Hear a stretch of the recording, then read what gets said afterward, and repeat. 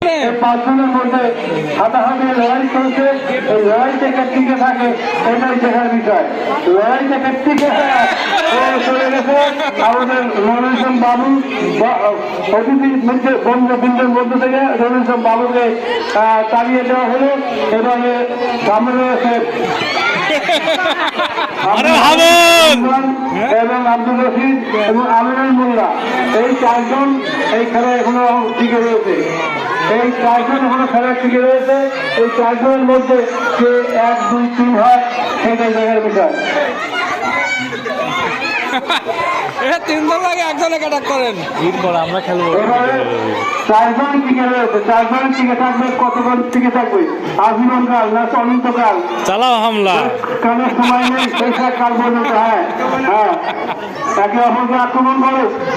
আক্রমণ তো করতেই হবে, আক্রমণ তো করতেই হবে। আক্রমণ গাছিদিকে দাঁড়ানো যাবে না। এবার এরপরে স্বেচ্ছাসেবকদের খেলা হবে।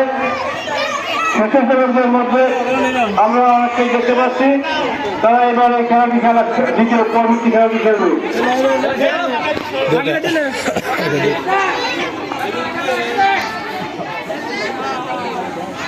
সাড়ে 11টা বাজে, আর আধা ঘন্টার মধ্যে আমাদের খেলা সম্পূর্ণ করতে হবে।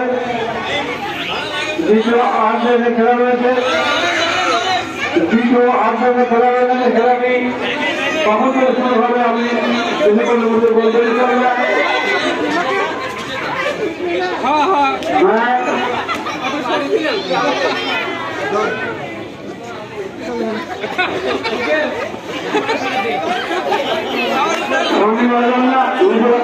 রাখতে হবে।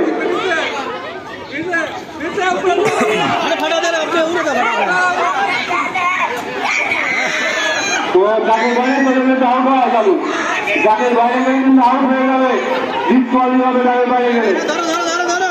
যাকে বাইরে গেলে কিন্তু ডিসকোয়ালি হবে। পা খেয়াল রাখতে হবে, পায়ের দিকে তাকায় রাখতে হবে।